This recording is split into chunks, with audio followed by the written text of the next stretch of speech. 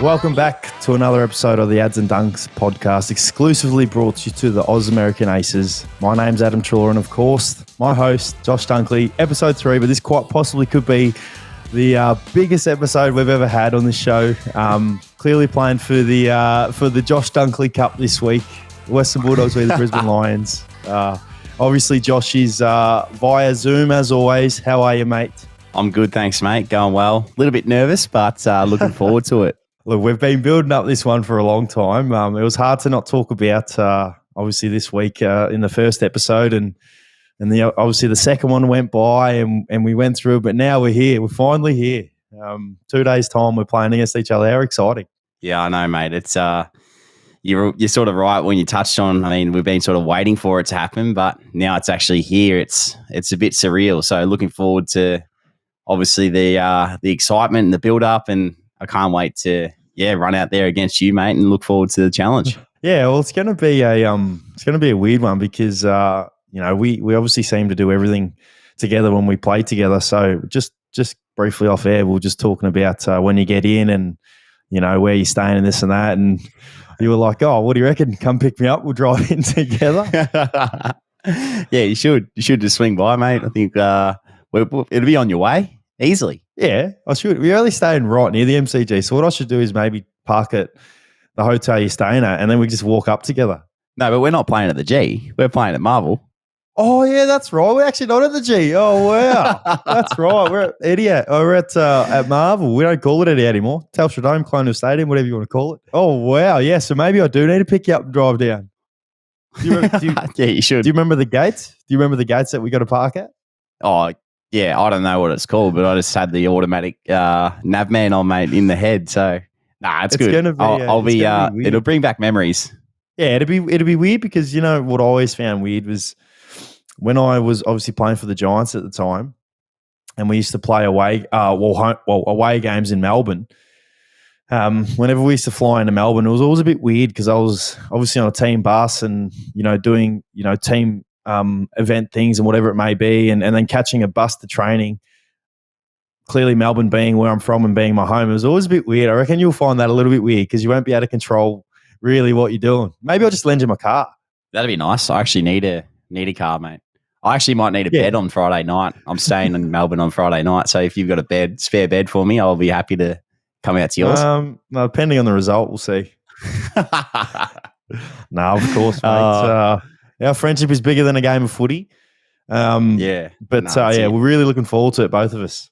Yeah, that's it, mate. But before we touch on the game, let's talk about round 2. Obviously, you were out. How is your hammy feeling? Yeah, it's feeling pretty good. It was a bit weird because it wasn't a specific injury or nothing like that. I know the injury report said hamstring tightness, and that's definitely what it was. I just had, a tight hamstring towards the end of the game.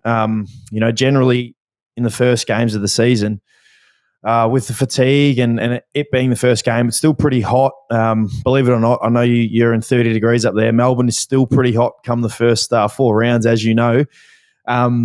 So I just felt like I kind of fatigued quite a bit. So, there wasn't really any point in trying to risk it, especially with these 2 games that are extremely close to each other. So, I just didn't want to risk playing last week. And, with the flexibility that we have through the midfield, although obviously hasn't really been on show the first 2 weeks, it was something that I didn't really need to push to play. So, I just want to make sure my body's feeling good. And, as you're getting older, you probably know your body a little bit more. So, I knew it wasn't right for me to try and get up to play, obviously, last week. So, give myself that little bit of an extra break. Ideally, it would have been nice if we played, a little bit later. So, it gives me a longer time to prepare for our game. But, yeah, I am feeling much better this week. I'll be ready to rock and roll, and I'm really looking forward to it. How are you after your game? I know it was quite interesting, watching your game. I actually watched it right up to the blackout, and I actually messaged her because you guys are up by 40 points, and I always message her, wish you good luck, and if you win or lose, whatever, I'll message her after the game, and I said congratulations on your win. And then obviously woke up, didn't even check the score, and went into the footy club the next day and found out you only won by 10 points or whatever it was. But Yeah. How was that? It was crazy, mate. It was the weirdest probably experience I reckon I've ever had in sport to be, I'll talk about the game first, but we'd played a really good game of footy and took it right up to the Ds. Obviously, they had a good couple of, their preseason games, and then obviously round one against you guys, they showed what they're capable of. So we knew coming into the game that we had to be at our best, and I feel like we turned up with the right mindset. Everyone was really good and in the right headspace, and from the first bounce, mate, we were pretty good at the contest, and then everything flowed from there. So it was nice to be able to get my first win for the Lions, mate. It was a bit of a surreal one, obviously with the blackout and the power outage and stuff like that. So yeah, it was. I just remember I was like literally about to put a smother on, and all of a sudden it just went black. It was like I'd been knocked out or something. It was weird. It was so weird. What was the process? Because we couldn't see really on TV. What did you have to do? Yeah. Well, we literally just came together into huddles, and then everyone was sort of like, "Oh, well, what's going on here?" But then they try to turn it back on. They try to turn the thingo back on, the power pole or whatever, the light pole, and then it just went bang, like again. So like it made a loud as bang noise.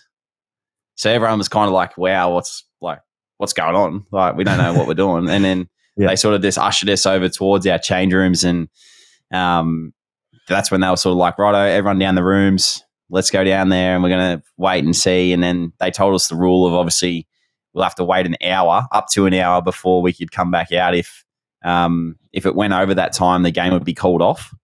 So it was a bit of a weird one because you know what it's like. Like you warm down and you're sitting there waiting. You're done. Like it's the last quarter. Like we've played 3.5 quarters of footy. So it was disappointing. And there's so much risk, I reckon, involved in sending everyone back out there, especially after, and you say it was an hour, but I think it was 40 minutes or something. So the risk of injury is very high for my liking. Anyway. How did Fags approach that? What was what did he say to you? Like before he went out? Like it would have been strange for him as well. Well, it was all about staying ready in the change rooms, but you know what it's like in the change rooms. Like there's only so much you can do. So we were all walking around and no one knew what was going to happen. Like, to be honest, we saw flames in the lights. So like, we're like, oh, there's no chance we're going back out there. So apparently, apparently the D's got back out there a little bit earlier than what we did. So that was a little bit frustrating, but Fags was just only telling us we can control what we can control and just to take it as it comes. So, I mean, it was disappointing end to the game, but I think before that we showed, what we're capable of and taking it right up to the D's and putting the score on the scoreboard and actually having a pretty good lead at that break. So it was nice to know that. Were you allowed to grab your phone? You know when you came off and there's like an hour in between you went back on. Were you able to grab your phone? Nah, nothing, because it was all like match day. So like no phones, nothing. So you literally just rely on chatting to each other. Like we were all just chatting to each other. It was like, what is going on here? It was the most wild thing I've ever seen, mate. It was crazy. Did you know that? So it happened back in like I think 1996 or something. Did you know that? So the same thing kind of happened. I think there was a fire caught on the lighting or whatever it may have been, and they actually called the game off on, like, say it was a Saturday or Sunday. I don't know what day it was, but I do know that they actually rescheduled to finish the rest of the game on the Tuesday. Could you imagine if they? So would you have done that? How'd you feel if they said, "Oh, come back Tuesday. You're up by 40. We'll play Tuesday. A 12-minute game." Oh wow, that would be the weirdest thing. The hour wait was too long. Like I'm not waiting a couple of days to come back and play. I reckon like half an hour. If it's not done by half an hour, then righto, game's called off. Especially if it's in the second or the last quarter. Yeah, I agree. And considering where the scoreboard was, and obviously Melbourne only got to 10 points behind 2 minutes to go, but from the 12-minute point onwards, I think 90% of people would have said that the game was over. And so I think considering that being the situation, you probably would be smart to just probably call the game off. But yeah, it is what it is. Were you worried at all? With about 2 minutes to go, they were 11 points down. Were you thinking this can't happen? Yeah, it sort of crossed my mind at one point that like maybe they maybe we might be in trouble here. But then we got a little bit of control back, and then we wasted a bit of time off the clock. And I reckon with about 2 minutes to go, I was pretty confident that they wouldn't get 2 goals or whatever it was. It's disappointing that we didn't finish the way we wanted to. But I mean, like I said before, it's nice to know that we can be up by so much at that break, and then potentially we might have been up by more if it had kept going normally. So it was an interesting one. Obviously, a great win, first win for the footy club, and celebrating in the rooms after was nice. So before you asked me about my game, well, our game, obviously I didn't play. What about your game yourself? I seen you. I think you got 2 coaches' votes or something. How did you feel you went compared to your first week?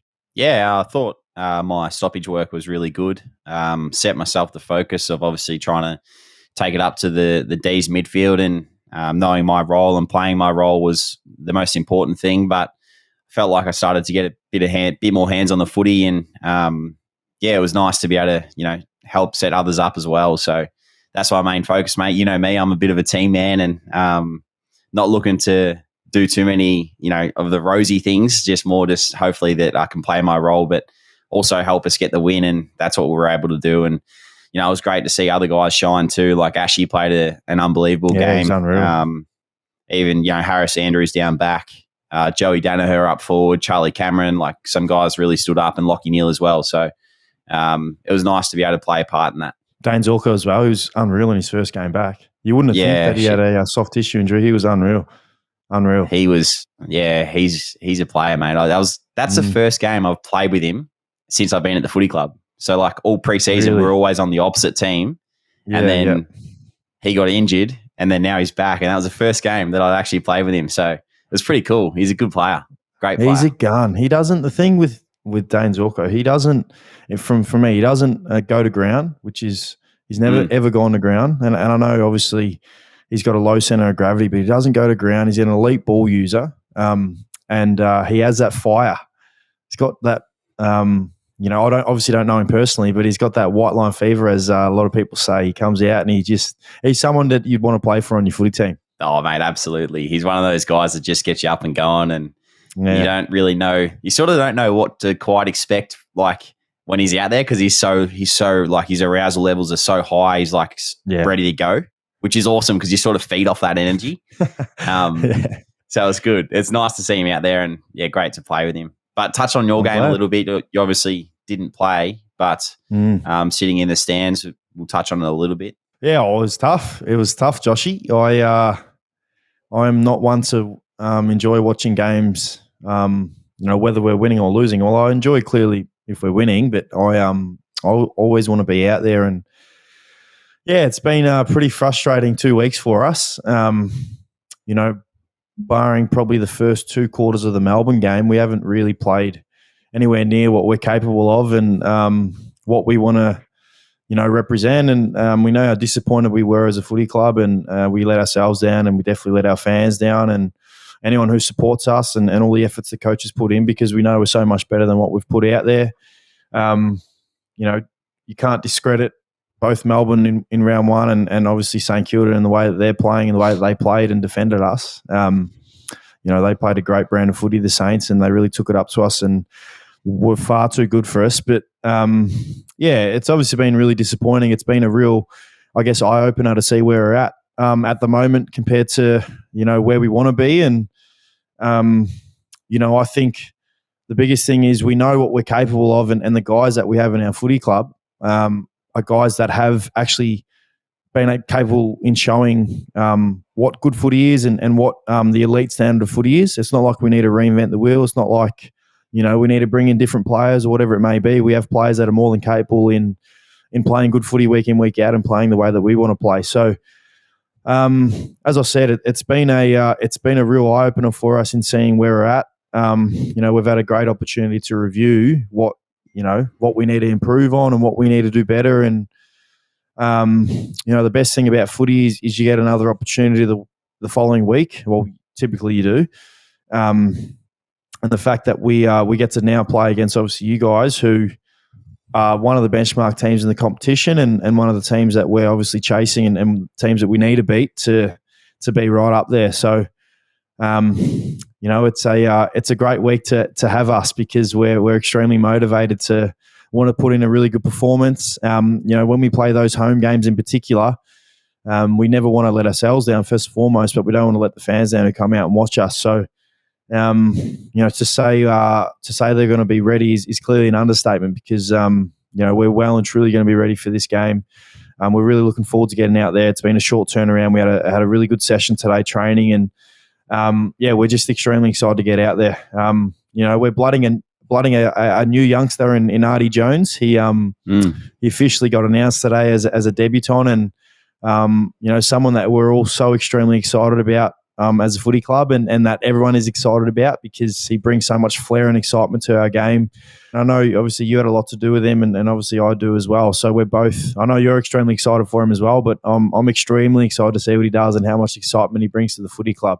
But yeah, we're really looking forward to hopefully bouncing back this week. And unfortunately, it has to be against you. Yeah, no, it'll be good. We remember we had him on our potty, or we got him on the potty, or we did a video with him last year. Did a video. Got him some shoes for painting or designing our Indigenous round boots and your 200th game. So he's always been there with us, and it's great. I sent him a message today and he replied nearly instantly. It was great. It's just awesome I'm stoked to be out there and obviously playing against him in his first game, because it's a massive milestone thing, like massive moment, I guess, for in his career and for his family. I saw the FaceTime call that he gave his mum today, which was awesome. And I saw Travi Varco too get up and break the news to everyone. So yeah, it's great. I'm so happy for him, and I look forward to seeing him out there. Well, it's been I wanted to touch on this quickly before we dive into the Dunkley Cup, because we're going to officially announce the Dunkley Cup. Obviously, Artie's one of our Indigenous boys, and it's been a really big week for our footy club, because there's a sick individual who we obviously can't stand for, who obviously had an attack at Jamara, one of your ex-teammates and my teammates, and something that we clearly don't stand for at all, and something that is continuing happening, and that needs to be stamped out of not just footy but just life in general. And he was obviously quite affected this week, and quite emotional week for Jamara. And people at the end of the day forget that we're human beings, and it's just not called for and not stood for in our society. And on top of Artie debuting, it's been quite an emotional week for our Indigenous brothers and sisters at our footy club. And there's been nothing but an outpouring of love for Jamara, and something that I know that we will all continue to advocate for and support. And that's standing up when people show racism or call people out, or whatever it may be. It's just not called for in our society. So I know, from our show, Ads and Dunks, and from everyone out there, we all send our love to Jamara, because, he's a much loved individual and someone that we, care for extremely, and we'll always be there for him. And I know obviously you had a lot to do with him as well. So yeah, we love him, and, just wanted to drop that as well on our potty. Yeah, well said, mate. It's just not what we want in society, let alone, when it happens to someone close to us. So it's a great example of something that shouldn't happen, and something that we stand for very strongly. So thinking of Marzi and his family as well. So, but we'll move on to, as we've just dubbed it, the Dunkley Cup. It's quite funny because, as I said, it's been it's pretty much been a long time coming. From the moment you got traded, and we spoke about playing against each other, and then obviously you playing against a footy club that you achieved a lot with. You're a premiership player and a best and fairest winner, and I know, regardless of where you're at now and when you retire, you'll always be proud that you represented the Western Bulldogs for the period that you did. How are you feeling now that you're 2 days, 2 days away from running out against guys that you played with, and against a team that who I know that you'll always love deep down? Yeah, I mean, I'll be nervous. I'll be nervous when the time comes. But up until now, obviously chatting to you, we haven't spoken for a couple of days, and it feels a bit surreal. Like I suppose when you're playing footy and you're playing games of footy, I still pinch myself that I'm playing for the Brisbane Lions, if you know what I mean. Like it's not, it still hasn't fully sunk in yet. Yep. I mean, it has, but it hasn't in a way. So yeah, the moment that I play against my old side, your team, obviously now, and yeah, the old footy club that I used to play for will be a big moment, I guess, and sort of draws that line in the sand, I guess, and finishes sort of closes the book on one chapter and opens another. So I'm looking forward to it. I will be nervous, I guess, at the game, and obviously the build up will be a little bit unique, and the circumstances are obviously a lot higher. So you guys coming off your loss from last week, and us obviously having a good win, so the pressure's going to be there. We've got to rock up. I've got to rock up. So yeah, we're looking forward to it and expecting the best from you boys. Like, how do you think you're going to be perceived from the fans? What do you think? What are you actually thinking? Oh, I'll be booed for sure, mate. I'll be booed for sure. You genuinely think you'll be booed? Yeah. Well, it's funny because some people said to me, you know, when I at the Best and Fairest last year, and they were fully supportive of me. But then when I was up there making my speech, I think someone was booing me off the stage. So I wasn't like, it's not. I expect a bit of a hostile environment, but I mean, I appreciate the support, and like you said before, I'm forever grateful for the Western Bulldogs Footy Club, and I know now that I'm not a part of it, but I do feel like it'll always be a part of me, and I wouldn't be the person or player I am today without the Western Bulldogs Footy Club and the people in it. So, and the fans around it too. So, yeah, I think it'll be hostile. I'll definitely get booed. I'm expecting it. So yeah, whatever happens, mate. Oh, well, yeah, I think that's a good answer. I don't think necessarily you'll be booed. I think there'll be some boos. This is coming from a guy who's been booed twice because of obviously. Well, I actually didn't get booed against Collingwood. I think you got cheered, mate. Yeah, they started to boo me, and then they cheered me, which is quite funny. But I think there'll be. I do think there'll be a cheer. I think that you'll get some cheers because, you know, at the end of the day, people will always remember that you're a premiership player, most importantly, you're a premiership player. You're one of 20. There's 22 aside. There's only been 2 flags in the history of the Western Bulldogs Footy Club. You're one of 44 players to ever win a premiership. So I think fans will remember that. So don't be surprised if you do hear some cheers. Now on the other side, how do you think you'll be perceived by your ex-teammates? What do you think? Do you reckon there'll be a bit of niggle? Probably in stages. I reckon if if you tackle me or I tackle you, there'll be a bit of push and shove, mate. Absolutely. A bit of pre-bounce stuff, I reckon. Yeah, I'll make a beeline for you. Yeah, absolutely. No, I love that. I reckon it'll be heated. It'll be heated for sure. But it's funny because I've still got great relationships with a lot of you boys, so it's more just tongue in cheek, and you know what happens on the field stays on the field. So there's no hard feelings. If you want to get into me, mate, I'm happy for you to get into me. Oh, what players do you think, if they would get at you? Obviously at my footy club. I think Libba for sure. Libba for sure. Straight away, if I was to think of one player, it'd be Libba. Bonty, the skipper, he'll want to make a stand and potentially come for me. Big Baslenka. They're probably the 3. Any of the big, powerful forwards or defenders that we got, do you reckon any of them will, you know, say where you're walking in the middle of the ground? Because obviously you'll start in the middle. One of our forwards is running past you. You reckon maybe from Naughty or whoever's playing forward might give you a bit of a hip and shoulder? If Naughty has a crack at me, I'll laugh at him. And Crosby the same. It'd be funny. Would it just be funny if Crosby made a beeline for any came? Yeah, I might tell him to do that. What about because there've been obviously times when we line up on each other. What are we going to do? I reckon there'll be a bit of a laugh. Yeah, I reckon there'll be a bit of a chuckle too. It'll be interesting. It's so weird because we always talk about, like, remember the clips that we show each other when we used to play on each other? You were at the Pies. You sent me one the other day where you got me holding the ball, remember? Yeah, I was looking at back all the Collingwood Western Bulldogs games, and the only thing I ever found on us was you kicking a goal on me. Literally kicking a goal on me. He pushed me out the way and snapped it over my head, and we obviously seen that a few years ago, but I was searching hard to try and find something, and I actually found one. And that was obviously what you just said, me tackling you holding the ball. It's from the same game. Is it? At the G? It's from the same game. It was quite funny Oh, because I thought it was. I thought I never had anything on you because you're just so much better than me. But Oh. it was quite funny. Quite funny finding that. I searched long and hard to try and find that. It was a lot of searching, and I actually found it, which is great.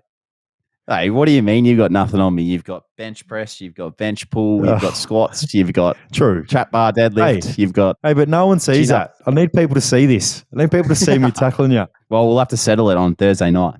Yeah, we will. But I'm keen. I'm keen because not only now that have we been able to play with each other, and obviously I still wish you were obviously playing with me, but I'm happy that you're happy. Now I'm excited that I get to actually match up against you and see how we go. Because to say that I've sat there and envisioned some stuff is absolutely true. Because I've had a couple times where I sit there and just be looking off, staring off, thinking, imagine if we're down and I kick a goal, breaking the paint, and I'm starting to celebrate, and the first person I run past is you.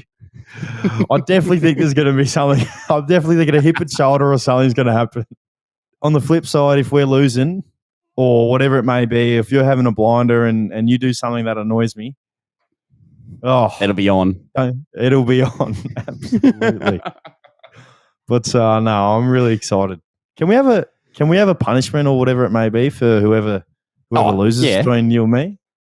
Yeah, let's do something like dinner on Friday night. We'll go to a restaurant or something on Friday night. We'll get Tommy Sheridan, our producer, to pick who out of us two had a more bigger impact on the footy team, and he can decide what the who wins.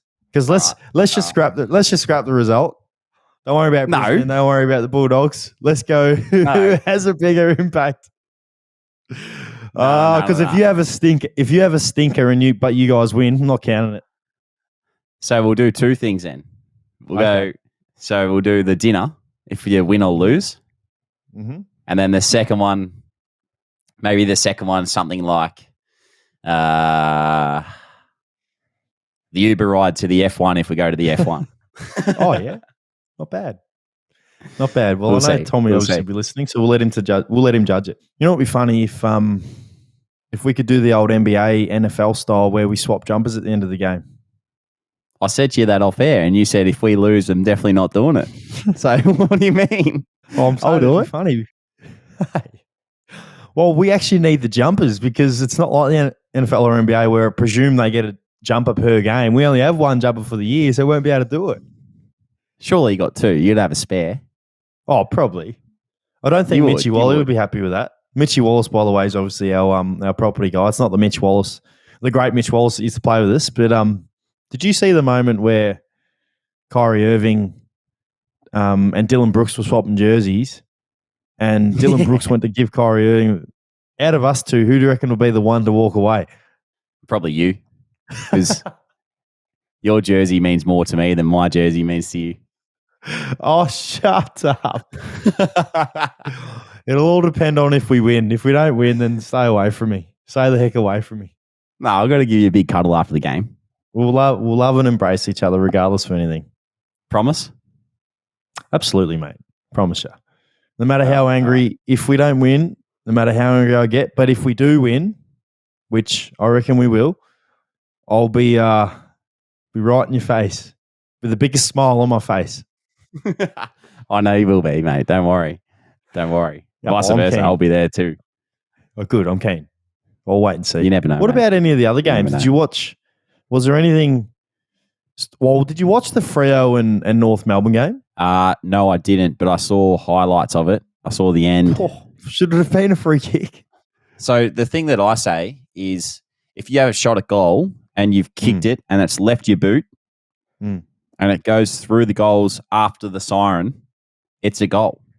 Mm-hmm. So if you've kicked the ball deliberately out of bounds and the ball's left your boot and it goes out of bounds, it should be the same thing, shouldn't it?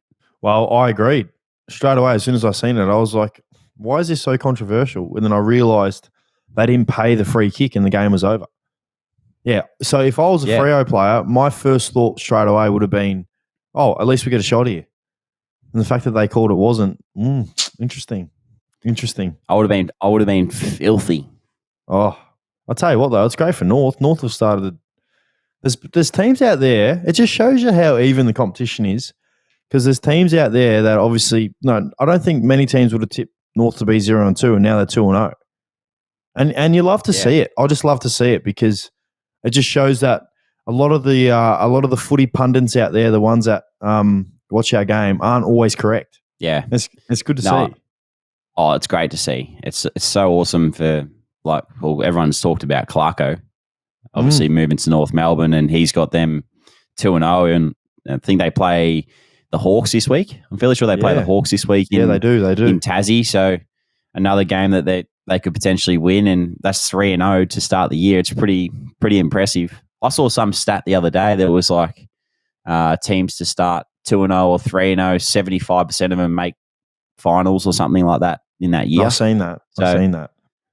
So that's pretty impressive. And like you said, I think it's great for the competition. I think it's awesome that we can get so many teams these days on a level playing field and beating teams like the Saints too. Like they beat obviously you guys, and the Dogs are a great outfit, great team. So to be able to shut them down and do what they did was very promising. How's the have you changed your opinion at all through two rounds now on who the most impressive team in the benchmark team is? Because obviously I think we both said Collingwood, and they look unbelievable at the moment. They play in the most exciting brand of footy. I don't think I said Collingwood, but I reckon I might have said Melbourne. You didn't? Yeah, well, they're a good side too. Yeah, well, from watching the start of the year, I think you've got Melbourne, Collingwood, Sydney. They're probably the main three that I reckon have had really, really good starts to the year. Obviously, we beat the D's, so they lost one, but the Swans and the Pies are flying by the looks of it. Yeah. What about Nick Dacos? How good is he? We're going to talk about this all the time, but I've seen things of leading the Brownlow medal already, and he's 20 years old, and Chris Judd won when he was 21, and Dakes could probably win it when he's 20. He's unbelievable. The young guys, obviously, we mentioned, Harry Sheasel from North, who's had another great game, and then obviously your teammate Will Ashcroft. These young guys are just getting scarier and scarier as I'm getting older. Well, mate, they're coming in a lot more ready than probably what we did back in the day. True. Like they're flying, mate.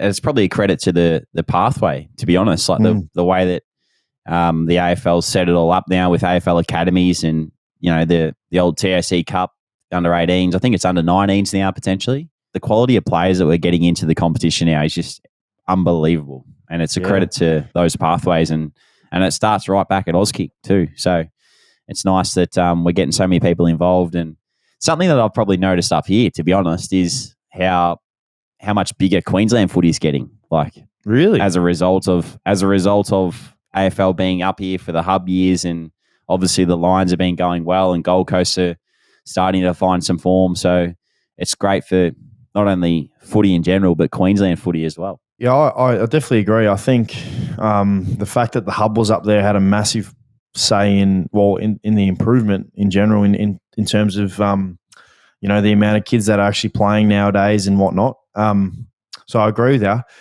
We haven't done this yet, but last year we did our top 10 players in the AFL. We won't obviously do that now, but I do want to know because I know who my answer is. I want to know who you think is the best player in the game as we speak as of round 2. I've got 2. I've got 2 in mind. Well, you go. I'm biased towards Bont because of what I see that he does. So I'm always going to say Bont because he's a superstar. I also think this one is a hard argument, and I voted him as my MVP last year in the AFL MVP voting. Jeremy Cameron. He's just shown it again. He's come out now 25 and kicked 6 and taken 10 marks. And the goals that he kicked, I swear the hardest goal he kicked out of the 6 was a 55-metre set shot. And the boundary line shots that he has where he obviously has to snap it, he doesn't just sneak those in. Those go straight through the middle. He's incredible. Absolutely incredible. You know what's so good about Jeremy Cameron too is the fact that he's so normal.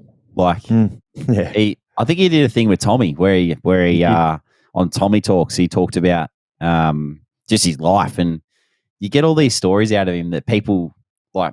Some players wouldn't share that stuff because they think that, that one, they'll get judged for it, or two, someone will say something that they shouldn't say and it'll bring him down. And it's just so good to see that he's got a personality. Like, do you know what I mean? And it's kind of why we do this. Like, we want to do this because we want people to see that we're actually human beings and we're normal and we have lives outside of football. So I just love that about Jezza, the fact that he can obviously dominate on field one, but just be himself too. I love that. Yeah. Well, I experienced that obviously at the Giants and seen it. I remember there was a time where on his days off, he used to obviously when we're young and we're immature and we don't really know really what it takes to be an AFL athlete, and on your day off nowadays, obviously I'll go do a sauna or go get an extra massage or whatever it may be. But when you're a kid growing up, usually what you do is you just play PlayStation. Or whatever it may be, sleep in because you're exhausted from all the training and then playing games. But I remember one of our old physios at the Giants, he told us that they had to put a plan in place for Jezza because on his day off, so he used to the night before just play Call of Duty, I think, all night, and then wake up, I think, at midday the next day and not really do anything. And they used to, and then he'd come out and play on the weekend and absolutely dominate. But he did, one thing to his credit, he did work extremely hard on his craft at training, and there's no real surprise watching him now be the player that he is because he's an absolute superstar. But it obviously makes me laugh when I see it because I used to think back to those days when we were 17, 18, 19, and they used to put in plans for him on his day off because they didn't want him sitting at home playing PlayStation all day and waking up at 12 o'clock. It's freaking hilarious. Yeah, thinking now, I would say him too, just because his ability to he just looks like he cruises along the ground, and then finds these little hit ups and then has shots from the boundary and kicks them and sets up other guys too. He's unbelievable. Yeah, unbelievable. I was just thinking, did you see the game to the net? Well, we'll speak on the netball. Did you see the Vixens v Collingwood? Did you see? Oh. Yeah, but did you see what happened? Yeah, they had two centre passes in a row. Two centre bounce passes. It's two centre bounce. Footy talk. They had two centre passes.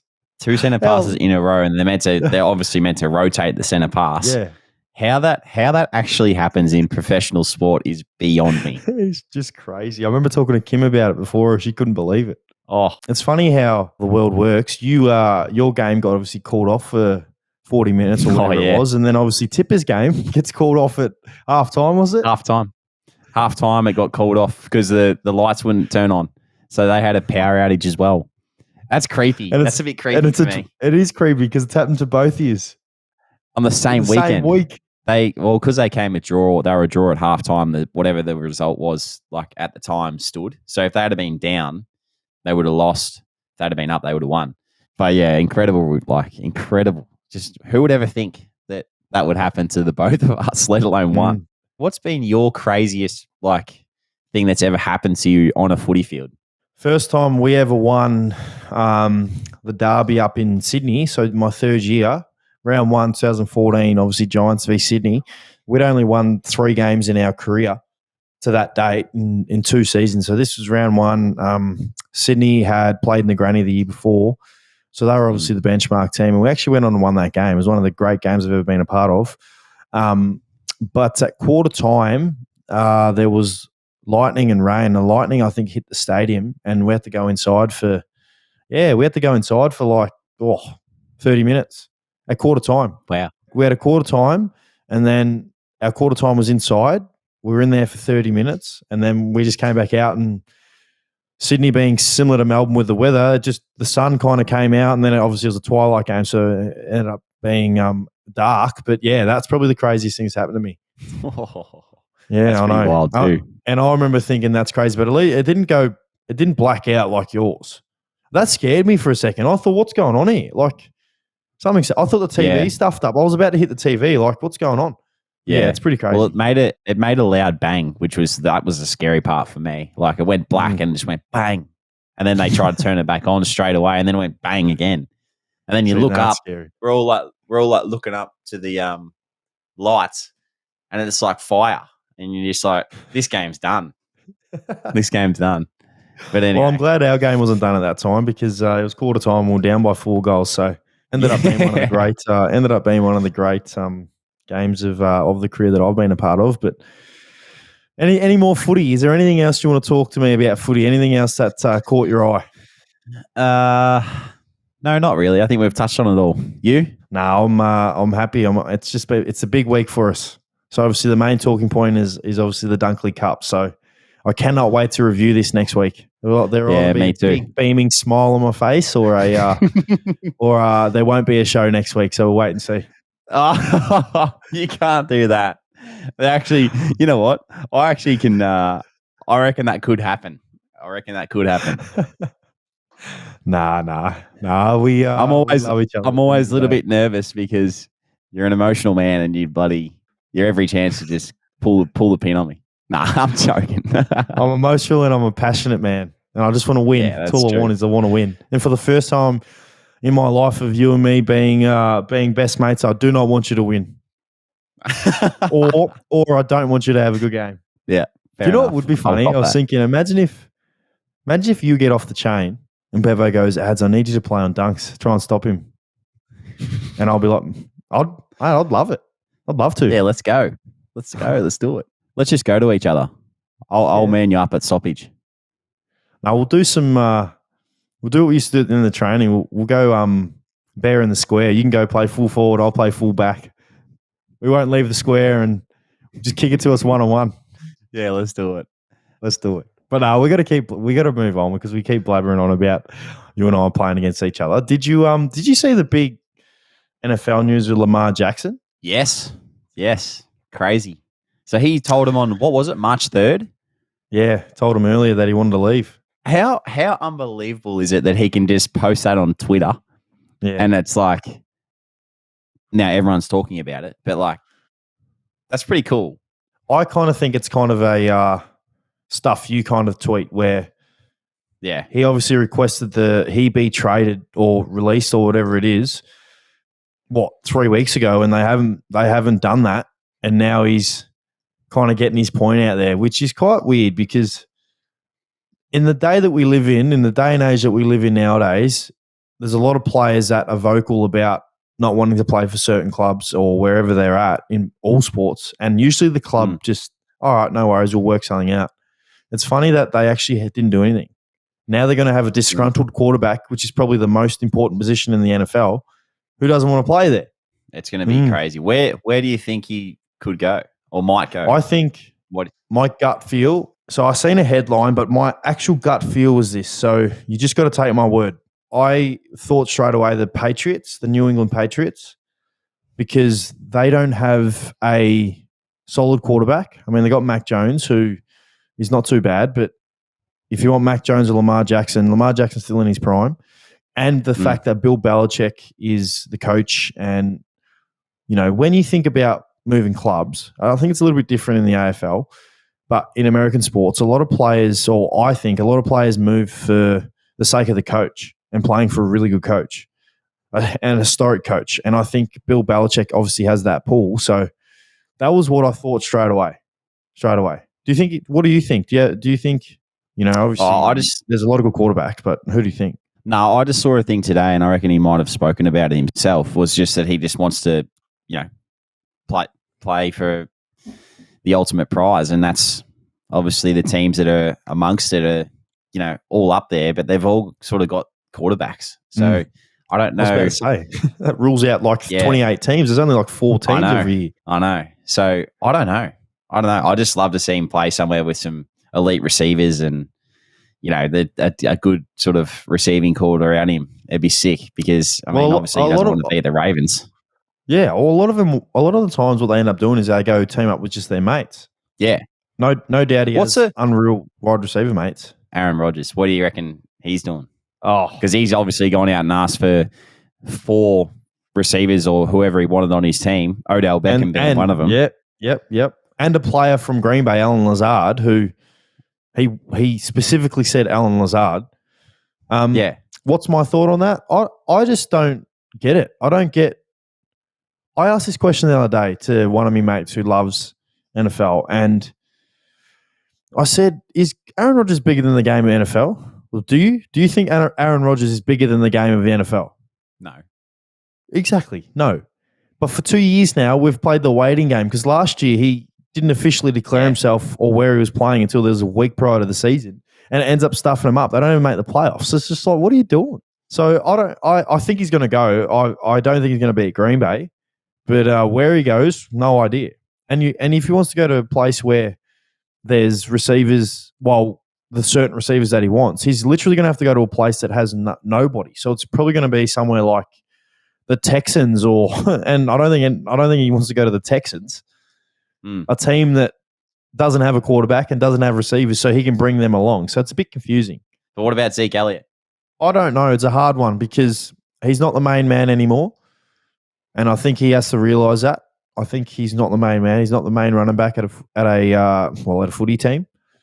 Clearly, Tony Pollard took over his gig when he was at Dallas. So a team that I did hear that I think would be a great team to go to because of what their offensive weapons are, and that's the Eagles.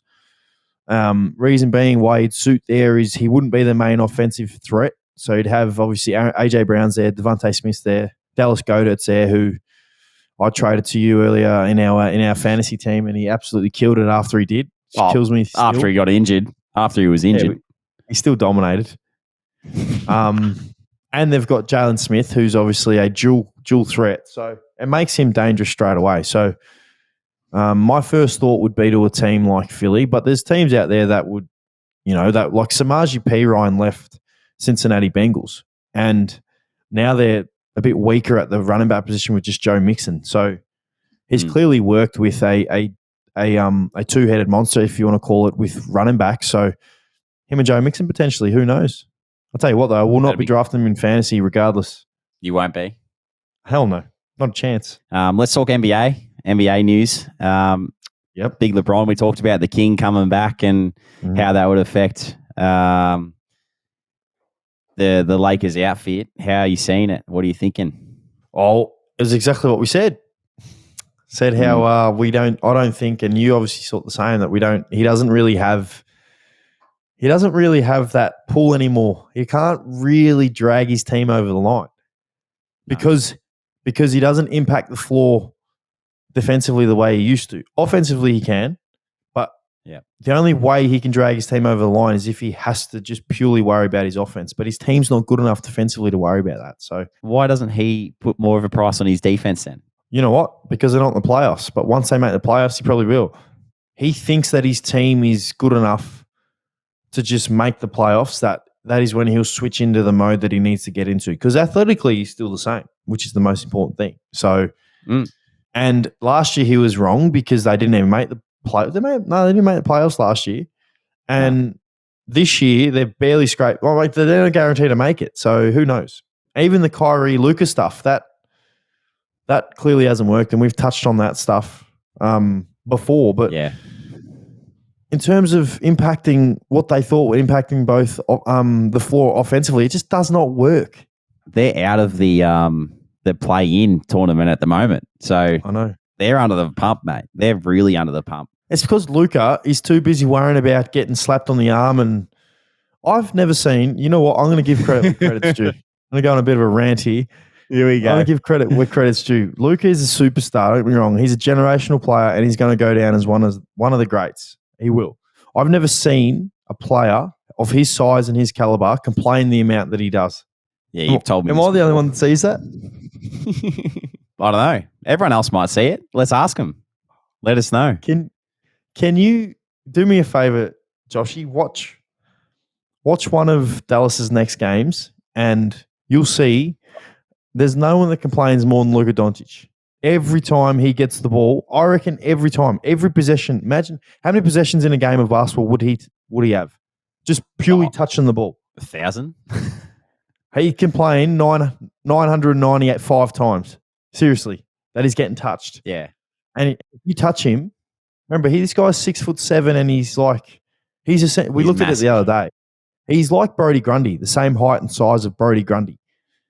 And if he's getting touched and flailing around, come on. Oh. You hate that. You hate it, don't you? Do. The Aussies don't do it. The thing is, the Aussie basketballers don't do it. So you think that that's the reason they're not going so well? Yes. Yep. Purely Luka. Well, yes. I think you can either only have Kyrie or only have Luka. Do you think that they're both one-man teams? Or yeah, they're both ball dominant and they don't know how to work off the ball. Luka definitely doesn't know how to. Kyrie probably should learn how to, but Luka definitely doesn't know how to. Yeah, I don't know. I was just going to say, Luka's so good at the way that he can score from outside. Like, why doesn't he just let Kyrie do the playmaking and get easy shots up? Well, they don't defend, and Luka doesn't have an impact when he doesn't have ball in hand, which just doesn't work. That's the reason why Kristaps Porzingis didn't work with Luka at Dallas. So it's an interesting one. But we've clearly spoken about NBA, NFL, which we always love talking about because obviously we both love it. I reckon I love it a little bit more. There is an event happening that only happens once a year this weekend, and coincidentally, it falls when we're playing and you're in Melbourne, the F1. I know that's one of your things that you love. You gonna go to it? It is. Or we gonna go to it? Yeah, we'll go to it, mate. We'll I've got it sorted out. Don't worry about that. We'll have a look. We'll go up. I'm gonna fly back. I think I'm flying back Saturday, so we'll go Friday or Saturday and get a nice look at the cars, mate. Buzzing around Albert Park. It's pretty cool. That is cool. So what you're saying is you're still looking after us, both of us, even though we're not even living in the same state. Well, mate, this is how our relationship works. I do everything and you just sit back and wait for me to call you and text you and say that we're good to go, don't you? Yep. I'm not going to deny it. It's true. Oh, it's true. Who's your favourite? Obviously, one of the Aussies must be what's his name? Oscar, what's his last name? Piastri. Yep. Outside of, obviously, him, because he's a homegrown boy, who's your favourite in the F1? I'm going to say Lando Norris is my favourite. Just because I like the way that he is. I like his character. I like, obviously, the McLaren car. It's a great car. Great sport, though. Love it. Love it. Can't wait to, hopefully, after we win, go down to Albert Park on the Friday and have a look. No, hopefully not after you win. But yeah, I'm keen for it too. I appreciate it a lot more. But we probably should wrap it up there, mate. Get it. Yeah, we should wrap it up for days, can't we? We could. But obviously, thanks to everyone for listening again to our third episode of the Ads and Dunks podcast, brought to you by Ausmerican Aces. If you haven't done so already, please subscribe to all of the Ausmerican Aces channels. Follow us social media accounts so that you don't miss a single thing when it comes to the Ads and Dunks podcast. Thanks again, and we look forward to seeing you all next week after the big blockbuster game on Thursday night. Looking forward to it, Adsy. Look forward to seeing you out there, mate. Hopefully give you a big cuddle before the game and then we can get down to business. But looking forward to it, mate. I can't wait, mate. It's something that I'm looking forward to, and I cannot wait to review it next week with the big Western Bulldogs win. Go the Bulldogs.